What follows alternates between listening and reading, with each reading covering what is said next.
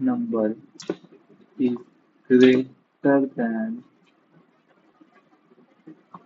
second dash third dash number greater than alif larger the first number is equal to similar. Okay, so that's is our code. Now let's run this and see what's happening. Let's take first number is equal to 50. Now take 40 and 69. Third number is 69.0 is larger than first number 50 and second number 40. So this is our program. Now let's bye guys.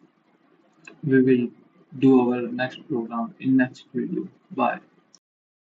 Let's say second number called the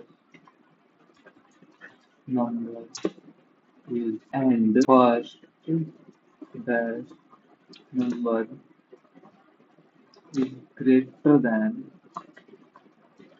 whole dash number. Then print second number is equal to whole dash number. Now that's are the two. There are two cases we already built.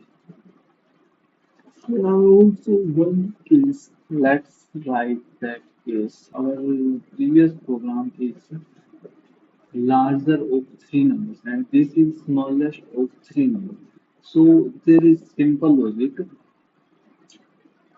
In our previous program we use greater than and in this program we simply use less than. So let's take three values first. First dash number, let's take a F string and dash number. There are some second dash number larger than left in dash number and third dash number is greater than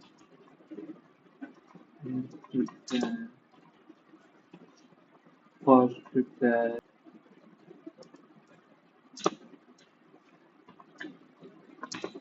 first number is equal first dash first third number is equal to third dash number is larger than you. Now there are three numbers. Okay. Now we have to create a logic that which is greater. Now our next program is program number 25, smaller of three numbers. Our dot input tracking number is greater than third dash number, second dash number is equal to, and that's it. That's our logic. And let's make a second into float and the